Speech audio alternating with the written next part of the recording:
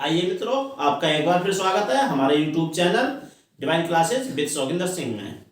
तो आइए, अभी तक मैंने जो आपको पढ़ाइयाँ हैं, 2 वीडियो बनाई हैं। दोनों वीडियो आप लोगों ने देखी होंगी जरूर और समझा होगा कि मेरा कॉन्सेप्ट क्या है या मेरा आधार क्या है। और उम्मीद है कि आप उसी कॉन्सेप्ट पर चल रहे होंगे और उसी के हिसाब से क्वेश्चन सोल्व कर रहे होंगे। तो देखिए, चलते हैं आगे फिर एक बार, ठीक है।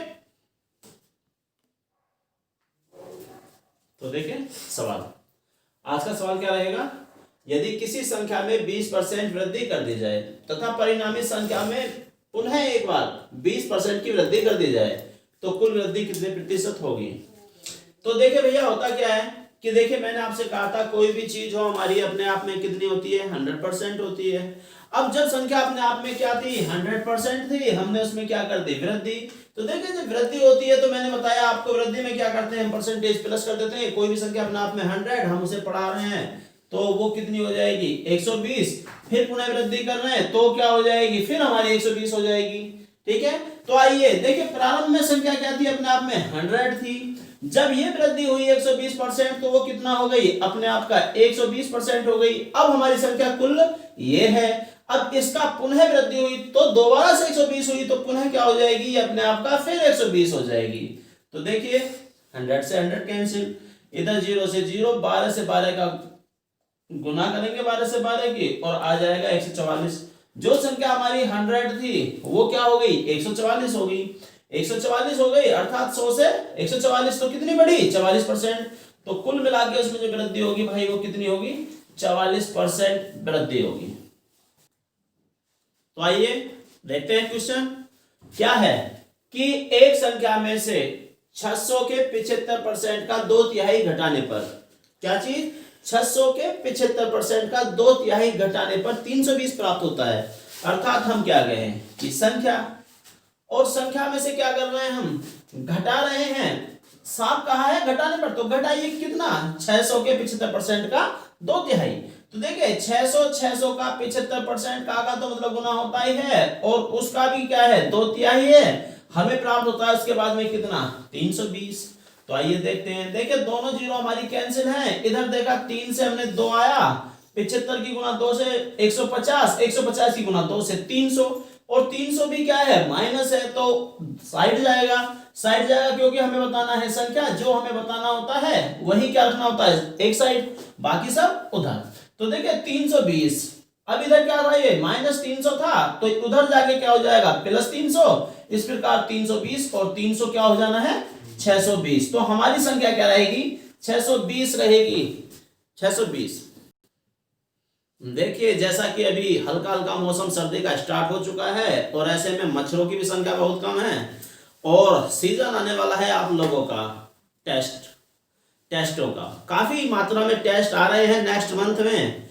कहीं दिल्ली पुलिस है, कहीं एनटीपीसी है, तो कहीं जेल वार्डन है। तो मैं समझ रहा हूँ कि आप लगे हुए होंगे अपनी अपनी पढ़ाई करने में, काफी हद तक जग रहे होंगे। मगर याद रखना, अपनी मेहनत बेकार मत जाने देना। आपको किसी की उम्मीदों को पूरा करना है, आपके पीछे आपका पूरा परिवार है। याद रखिए, आपको उनकी उम्मीदों पर खरा उतरना है। आपसे उनकी कुछ उम्मीदें हैं, उन पर खरा उतरिए और लगे रहिए, रात दिन अपना एक कर दीजिए। आने वाले समय के लिए बने रहिए और लगातार कंटिन्यू किताबों से जुड़े रहिए। आप किताबों से जुड़े रहेंगे तो 100% आप सफलता को प्राप्त करेंगे। तो देखिए भैया, अगला क्वेश्चन हमारा तैयार है। उम्मीद है ना, पक्का विश्वास है मुझे आप लोग मेहनत करेंगे, ठीक है। तो आइए फिर चलते हैं। तो फलों के मूल्य में 30% कमी पर बिक्री में 40% की वृद्धि हो जाती है।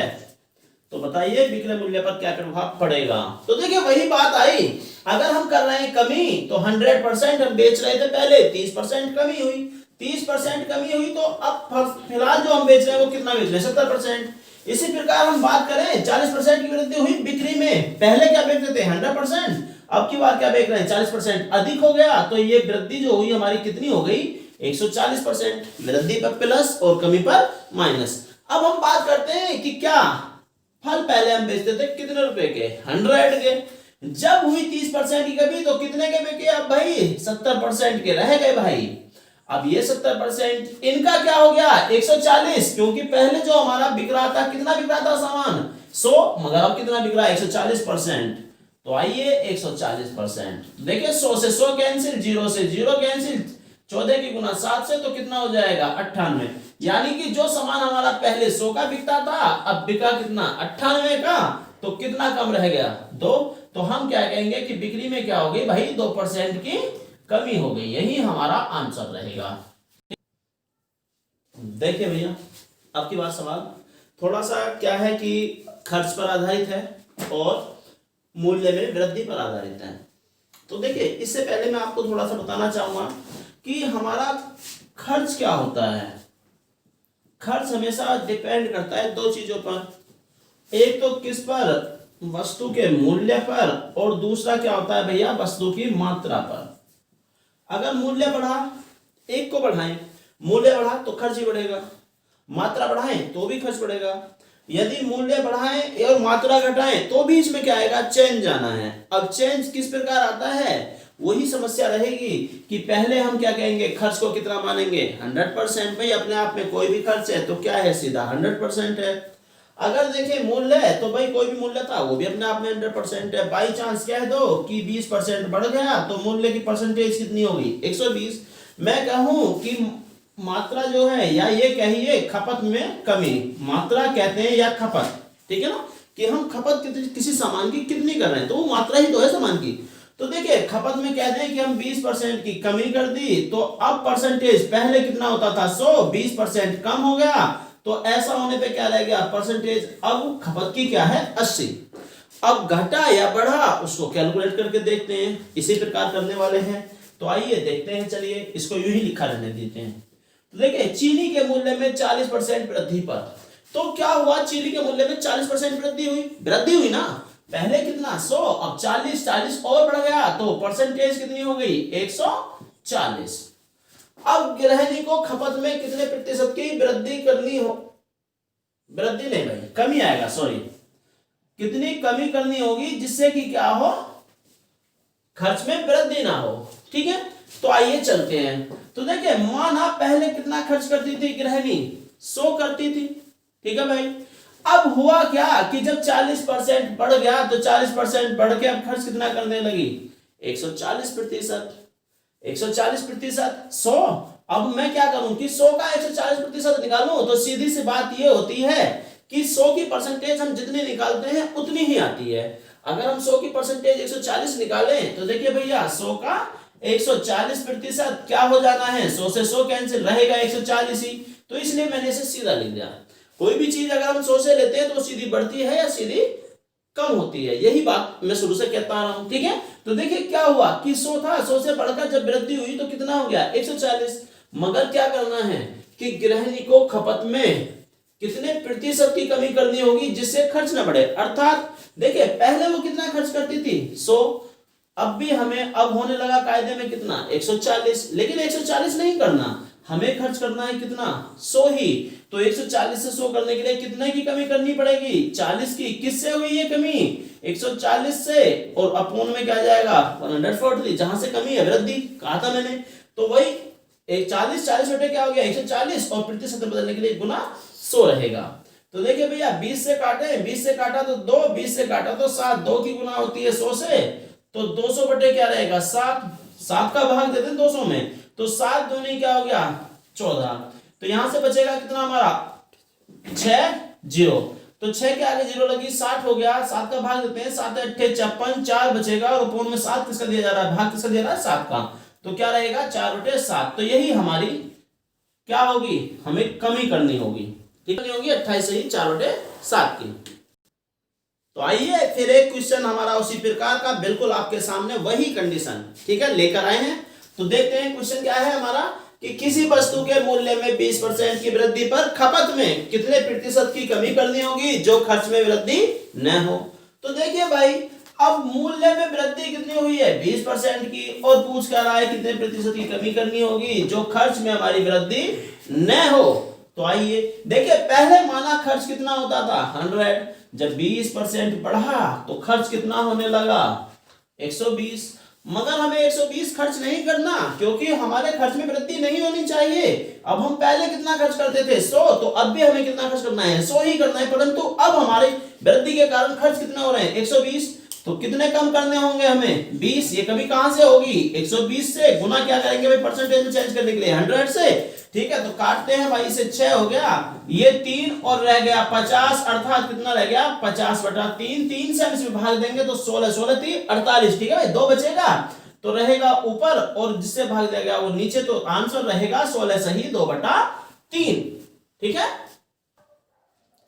अभी जो मैं क्वेश्चन लेके आपके लिए आया हूं, इस सवाल को मैंने काफी होता हुआ देखा है, काफी लोगों ने इसको किया है, लेकिन मैं जिस तरह से करूंगा इस सवाल को आप देखना। अधिकतर लोग क्या है कि इसके लिए ट्रिक यूज करते हैं, लेकिन ट्रिक की हमें कोई जरूरत ही नहीं है। ये सवाल है क्या, इसे समझना है बस थोड़ा सा, ठीक है। तो इस सवाल के लिए हम चलते हैं। तो देखिए क्या कहा गया है कि सेब के मूल्य में 25% कमी पर 240 रुपए में 2 किलोग्राम सेब अधिक खरीदे जा सकते हैं। तो बताइए कमी पर सेब का मूल्य है, कमी पर सेब का मूल्य। तो हमारे इस प्रकार के 3 से 4 क्वेश्चन इस प्रश्नावली में हैं, और अगर आपने इसको समझ लिया तो मैं समझता हूं कि सभी क्वेश्चन एक ही बार से हमारे हो जाएंगे, ठीक है। तो आइए चलते हैं। देखिए क्या है कि सेब के मूल्य में 25% कमी हुई, जिससे क्या हुआ 240 में 2 किलो सेब अधिक खरीदे। अब कहानी ये होती है कि भाई ये 202 किलो जो सेब है ये कहां से खरीदे गए हैं, कहां से हमारे पास पैसे आए इतने, जो ये क्या हुआ 2 किलो सेब खरीदे गए। इसके लिए थोड़ा सा एग्जाम्पल लूं तो आइए क्या होता है कि बाजार में पता चला मुझे चीनी का भाव 40 रुपए किलो है, मेरे पास 200 रुपए थे, तो मैं चीनी ले आया। खर्च कितने रुपए होने थे 200, ठीक है। अब थोड़ी देर बाद ये मानिए कि अगली बार जब चीनी लेने गया तो चीनी का भाव क्या हो गया 50 रुपए किलो हो गया। अब पास में रुपये तो वही क्या थे 200 थे, तो अब की बार चीनी कितनी आनी थी भाई 4 किलो। हिसाब से देखा जाए तो 50 चौका 200, तो हमारी क्या हुई, देखिए मूल्य बढ़ा तो क्या हुआ 10 रुपए बढ़ा, जिसके कारण क्या हो गया भाई कि हमारी चीनी की मात्रा में क्या आ गई, कमी आ गई। लेकिन थोड़ा सा देखिए अगर मूल्य में घटे या बढ़े तो डिफरेंस आता ही है, डिफरेंस आता है तो उसी डिफरेंस से वस्तु जो होती है हमारी कम या ज्यादा हो जाती है, ठीक है। आइए थोड़ा सा मैंने वृद्धि का बताया, अब की बार थोड़ा सा हम क्या ले लेते हैं, एक उदाहरण ले लेते हैं एग्जाम्पल के तौर पर केलों का। नवरात्रि के दिन चले हैं, अभी आप सबने केले खाए होंगे तो देखा तो होगा। चलिए देखते हैं। देखिए भाई क्या हुआ कि बाजार में मैं गया केले वाले के पास, मैंने देखा भाई केले हैं 50 रुपए दर्जन, ठीक है। अब मेरे पास 200 थे, मैंने एक बच्चे को दे दिया कि भाई जा 200 रुपए के केले ले आ, तो उसे लाने कितने थे 4 दर्जन केले आने थे, ठीक है। अब वो बच्चा पहुंचा बाजार में और उसने बात की कि भैया केले का भाव बताओ, तो उसने कहा कि 50। बच्चा बोला कि नहीं भाई मुझे तो 40 में लेने हैं। तो देखिए बच्चे ने 40 में लिए और 200 के केले वो लेकर आया 5 दर्जन। तो हुआ क्या कि देखिए मेरे अनुसार पहला दर्जन 50, दूसरा दर्जन 50, तीसरा दर्जन 50, चौथा दर्जन 50, जबकि बच्चे के अनुसार पहला दर्जन कितना है 10, दूसरा दर्जन क्या है 40, तीसरा भी 40 और चौथा भी 40। इस तरह से पहले दर्जन में 10 रुपए बचे, पहले में 10 बचे, तीसरे में 10 बचे, चौथे में 10 बचे, तो कुल रुपए कितने बचे 40, और इसी में खरीद लाया वो 1 दर्जन अधिक। जो आने थे 4 से कितने हो गए 1 दर्जन अधिक हो गए। कहां से आए 1 दर्जन, तो देखिए जो भी रुपए बचे, अब बचे अर्थात उसने जो कमी की, उसने जो प्रत्येक दर्जन पर मूल्य कम किया था, तो कम जो किया वही हमारी बचत होती गई, और वो बचत इतनी हो गई कि हमने 1 दर्जन केले अधिक और खरीद लिए, ठीक है।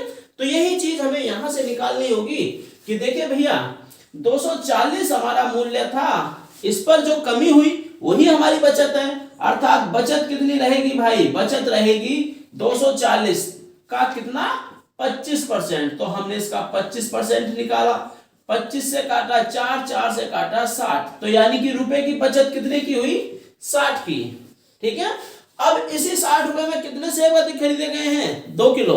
जब 60 रुपए में 2 किलो सेब खरीदे गए हैं तो 2 किलो का मूल्य कितना है 60 रुपए है। तो आइए देखते हैं 2 किलो सेब का मूल्य क्या रहा भाई 60।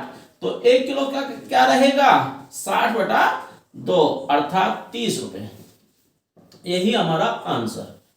ठीक है, तो देखिए भैया बिल्कुल सेम टू सेम वैसा ही क्वेश्चन फिर लेकर आया हूं। वो टफ था, इसी तरह से हो जाए। ठीक है, तो देखिए चीनी के मूल्य में 10% की कमी पर 1116 रुपए में 6.2 किलोग्राम चीनी अधिक खरीदी जा सकती है। तो बताइए चीनी का कमी पर मूल्य, चीनी का कमी पर मूल्य क्या होगा। आइए देखते हैं तो क्या होना है। देखिए भाई, अब मैंने कहा जो हम ये चीनी अधिक खरीदते हैं वो किस पर खरीदते हैं, जो हमारी बचत होती है। अब बचत क्या होती है, जो कमी हुई है मूल्य में वही क्या है, बचत है। तो आइए बचत ही निकालने किसका होगी, 1116 का। तो कितना होगी, देखिए ये बचत रहेगी हमारी 1116 रुपए का 10%। जब हमने इसको 10% निकाला तो 111.6 रुपए आ गया, या 111.60 रुपए। ठीक है भैया, अब इसी में हम क्या खरीद रहे हैं, ये 6.2 किलोग्राम चीनी अधिक खरीद रहे हैं। अर्थात क्या हो जाएगा कि 6.2 किलोग्राम चीनी का मूल्य कितना रहेगा, 111.60 रहेगा। ठीक है भैया, तो कुल मिलाकर चीनी का मूल्य 1 किलो का कितना होगा, तो 1 किलोग्राम का क्या होगा, जो 6.2 का 111 है, 1 किलोग्राम का कम, और कम के लिए क्या करेंगे 111.60 में भाग देंगे हम किसका, 6.2 का। देखिए दशमलव को हटाते हैं तो 1 दशमलव इधर 1 दशमलव उधर, दोनों का एक एक अंक हट गया।